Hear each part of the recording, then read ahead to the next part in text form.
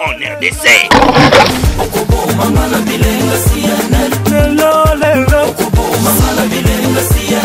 Keyo Kinshasa mbote nazali na esengo kokutana na bino lisusu mokola lelo na cadre ya présentation ya CNL Kimia ya Nzambe eumela bisika nyonso bozali tika to ebisa bino ke délégation ya PPRD bakutana ki bongo lobby na bakonzi ya seni kosolo la makambo etali processus électoral bozo ba détail na reportage oyo.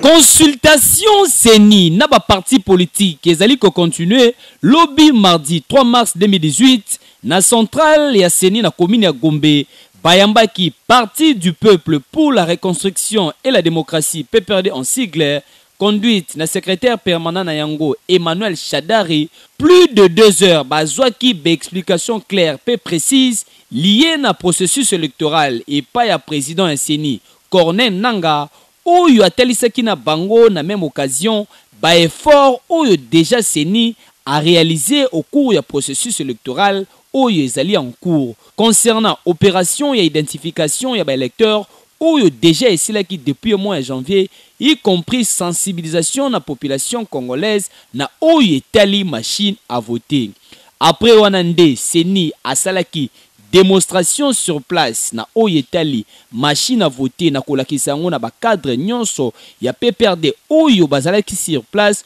kolakisa bango surtout ba avantage na yango na tour na bango pe bazalaki satisfait na oyo etali machine à voter oyo selon Emmanuel Chadari oyo azali secrétaire permanent ya PPRD occasion pour na ye kozwa information claire komema na parti politique na ye pour na ko sensibiliser lisusu davantage ba militant pe ba militante ya parti na ye na oyo etali élection oyo ezali prévu le 23 décembre 2018 oyo tozali na yango échange nyonso elekaki kitoko makasi eza normal et kiyo oui.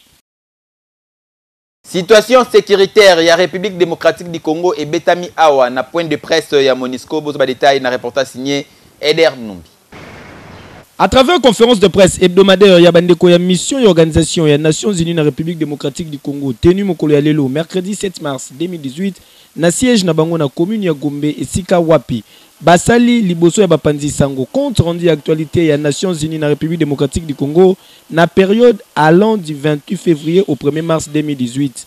Et pas Wapi batali si que Monisco azali ko continue ko recevoir ba informations préoccupantes na provenance ya territoire ya Djougou na province ya Ituri et siganini ba acte ya violence contre la population civile et ezali ko se poursuivre avec souvent ba victimes oyo bazali basi pe bana na yango représentante spéciale ya secrétaire général des Nations Unies dans la République démocratique du Congo Leila Zerougi a condamné ba forme nyonso ya ba violence pe asengi na ba autorité congolaise ba enquête rapidement sur ba attaque pe ba veiller à ce que justice est pleinement rendue. Batalisi Susukena ou etali protection de l'enfant le 28 février mission conjointe évaluation oyo ezali conduite par Monisco na est ya ville ya Kananga na province ya Kasai centrale mission oyo est consisté na ko vérifier ba allégation relative na insécurité pe na mission répétée ya ba violence grave à l'encontre ya bana na région. Keyo Na ba site ya SNEL esika érosion ekomi ko menacer DG ya SNEL Jean Bosco Kayombo akitaki kuna ye moko koyeba réalité nini ezali koleka kuna bozo ba détail na reportage oyo. Kaka ndenga prometaki ke akozala DG ya bureau te ndenge kaka zali ko sala mokolo ya lobi directeur général ya SNEL Jean Bosco Kayombo après avoir co-examiné ba dossier pe ba plainte ya ba ingénieur akitaki moko na terrain na partie ouest ya capitale congolaise pour na ko palper du doigt situation sur ma poste ya SNEL oyo ezali menacé na ba érosion abandaki nanu na poste ya SNEL ya Mitendi esika nini érosion et buki déjà mabele pe poste mobimba ya SNEL ekomi menacé na sima ya kozwa ba explication ingénieur à pied d'œuvre Maon Twene apesaki ba détail misala oyo eza misala mo fallait banda déjà mais tous habité ba problème moko sérieux. C'est depuis mois d'avril l'année passée au topesa qui terrain ou SNEL na ba contracté na biso AE Power pour bana misala mais tous habité il y a érosion oyo je crois année passée na ba mois d'avril non mois de juin juillet c'est ça qui ba dégué kateki makadam ya route Matadi agence à grands travaux na ministère de l'infrastructure bayaki basala ki projet ba prolonger basala caniveau na 4 à peu près de 1000 mètres. À nos grandes surprises, agence à grands travaux basala ki une grande partie il y a 500 mètres. Et pendant tous ces là continuité à 500 mètres pour dépasser l'espace nabiso cité à la protéger, nous allons salamati. Conséquence, na bassin na bangwana ikenda. Donc tous appenda conflit to éviter comment to exploiter poste oyo za poste ko décharger badading. Dans la musika badading poste badading, ils alimenter ti presque na au revoir Kinshasa. Alors tous autres yango pour décharger poste badading. Population nyonso oyo bazozela eloko oyo. Kolongwa wana délégation mobimba ya SNEL directeur général Jean Bosco Kayombo pe délégation ya ba expert pe ba ingénieur basala ki descente na poste ya badiading esika nini pylône etikali na mikolo ya kotanga ndenge kaka bozali komona malgré ba effort oyo SNEL azali kosala pona ko ralentir érosion bayaki kosukisa na poste ya ligne ya 7 kV zongo esika nini pe érosion esali déjà makambo nango DDK SNEL tokutaki sur place azalaki kopesa directeur général ya SNEL Jean Bosco Kayombo ba explication boye. C'est lui qu'on vient d'apercevoir. C'est lui, c'est le pylône non encore habillé quelque part ici. Non, comme ça, c'est comme ça. Comme ceci. Maintenant ça, il vient directement sur ça. Il se dirige vers là. C'est ça. Bakalate solution ezozwa ma SNEL azali toujours déterminé na vision na ye pe politique na ye ya kobunda pona ko électrifier République démocratique du Congo mobimba pe kosilisa ba poche noire boende zalaka na stade actuel République démocratique du Congo eza na besoin ya ba konzi ya bureau te. Exemple à suivre. Kejo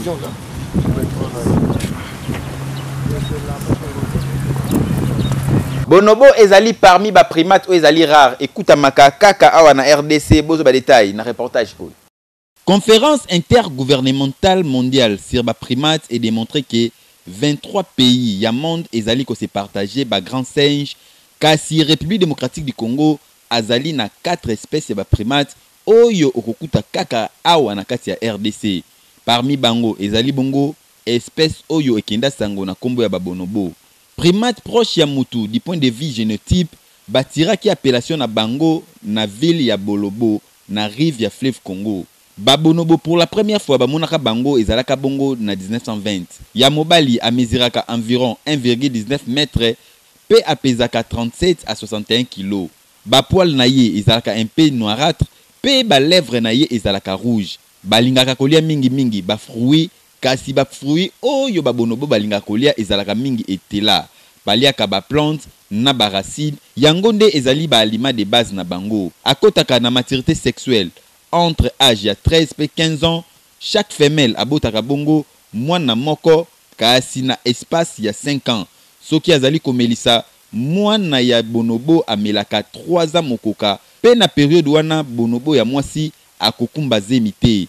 Période de gestation et pas babonobo et diraka 230 à 240 jours. Babonobo basa kuplaka kaka pona koyeba kobota te kasi ezali une façon pona bango ko résoudre ba conflit.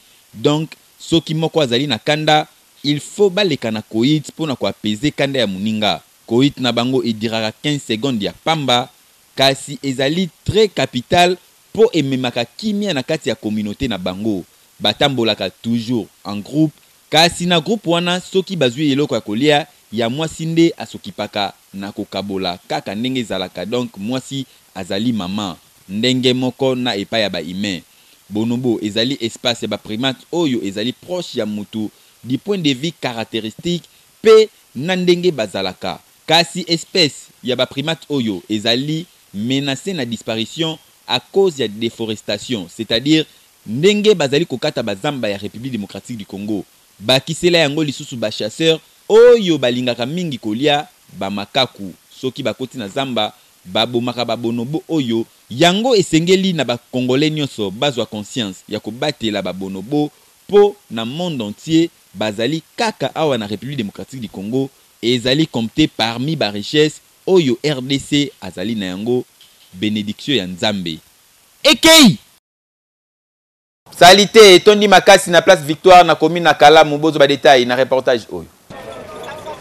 Place Victoire na commune ya Kalamu ekomi ko perdre image nango na ndenge moko koki kosakana te bino moko botala basache epai salité bosoto na kotala na misu oyo ezali normal te tozali en plein centre ville précisément na Victoire oyo esika batu ebele bautaka 4 coins ya ville province ya Kinshasa botala makambo ekomi kosalema awa oyo ezali kolakisa ata jour moko te Bougumesi ya commune ya Kalamu a pensa ko sala salongo po niveau ya salité oyo ekomi awa pardon bon dimelanga ezali normal te oyo ezali patrimoine national esika batu ya ndenge na ndenge bakoki koya pe koyeba histoire ya artiste congolais moko oyo batika biso awa kasi botala lelo ndenge komi na micro CNL yoka communication eselemi propriété à place Victoire vraiment eza pena makasité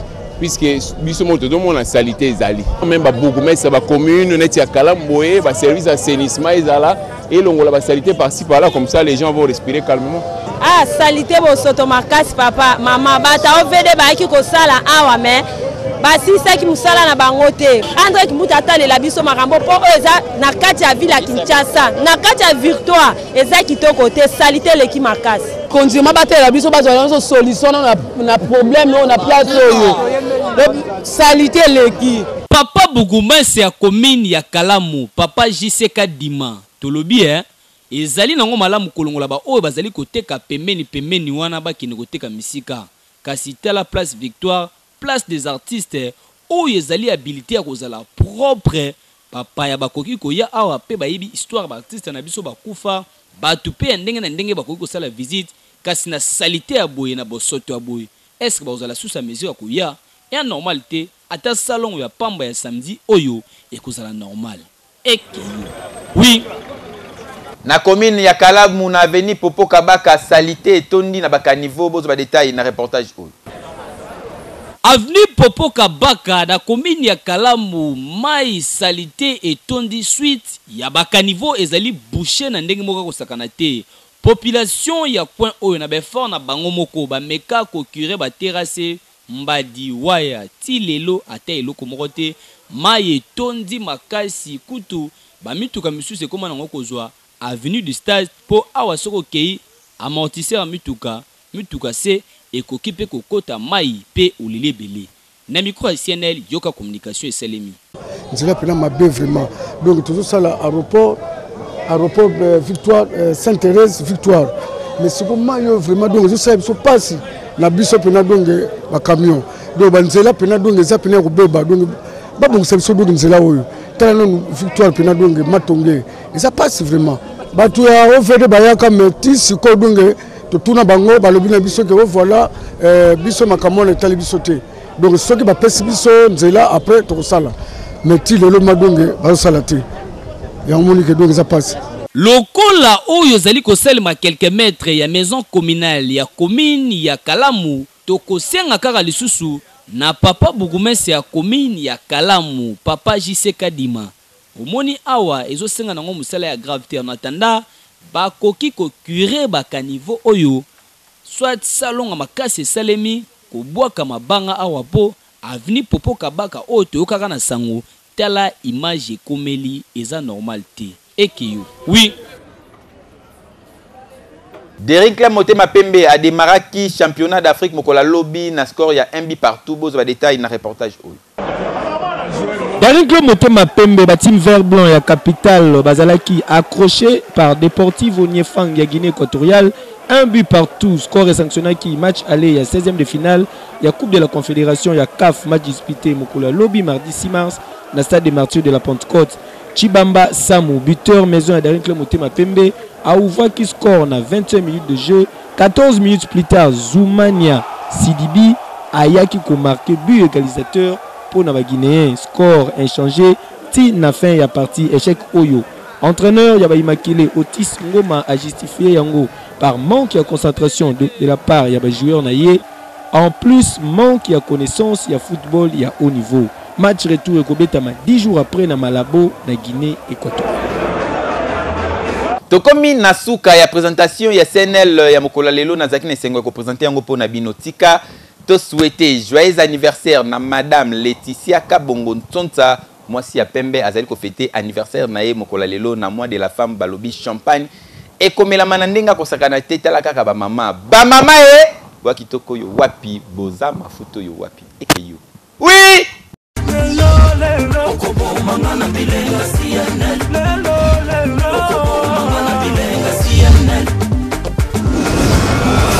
Communication quinoise avec Pasteur John Tozamate à Péter. Maman, moi na muke fournir répondre na fufu. Quartier ba pesa au Kombo, l'antaka banga tembele bandunda. Ina likuita suka penda bouger mutu lokola meliki nini. Dango ko pesa mayo ko kama 30 minutes ko bamba ina zelo Au moins na quartier bana maman koko balala ka bien. Zoko funaka ba fufu, moi ba comme la ti distance de 19h. Au moins na kiba, ina ça sango na vérité. Famille. Puis mais la moi na minerva la chair mais ça va bien to sabitinda nyonso. Na ote ya vérité. To ça ba kana itro. Mobala e bakate. Pour moi ça battre la libala na e. Alors nous sommes musuni mukia ko chami moi ça va partir mais ça tu appesi mobile. Mobile tanga ko yoka nsoka na ndako ko kaki bana. O bana bali ya ko bunda bunda. Na biloko ngwa mikolo yo supu tala muke. Kala be pisse ça la kate supu ezake bele soko le aussi mela soupe. Le robe pisse combien bele soupe ko muke. Moi ma kuiti misa tu kapa soupe sinimana ko forcer fufu na makasi ya musuni. Soka kondi yo santé ça mabe ba lokela ngai. Ozo lié ça mabe. Na te rappeler. Harmonie à vie. Na laksaka lola eza promesse. Mais makamuso ça la biso poto ko ta lola photo sango. Ata ba te yo mbalasan. Soko bi conjoncture ko vivre na pays to zate ba danger ko yo ko yiba kaka. Est-ce que zo ya? Kende ba te yo changer ozongo ça la rien. Tango koma tipo ko nzalo ya te. Tango mona lipa matu na ndako. Nzalo tango zo tino ka zo zelo côté. Ko bandol banini. Kolo lipo feza la bossa ni lipa. Bossa na lipa na ndako. Tango no kate ba kucho balbani frère assemble na sera sanini. Olo za muyibite ventre famille na point de na fungolo vérité. Zana concentration yeba ko bima. Zaka courage. Kolela lela kana vite. Ah bimi na tongo batindi yote mikitisa. Tika lolanda makamine no kokate. Amen hein. Merci pour la confiance, peu fidélité, zaki plaisir, ya koyeba ki zaki tellement belé. Ya kolanda CNL à mode MP Fisma Nazaki na présentation toujours pour nous servir bino. Tika to pesa mbote na Josepha Mwanza, belle dame à la CNL au Wapi, sans oublier Gracien Yumbi, Spiderman, Speed toujours en avant. Babébé, Unabinongaï, épée sa zoulaté, pardon. Rendez-vous le 22 avril, la Simons Plaza, 6e attaque des Lions. Et que yo, oui.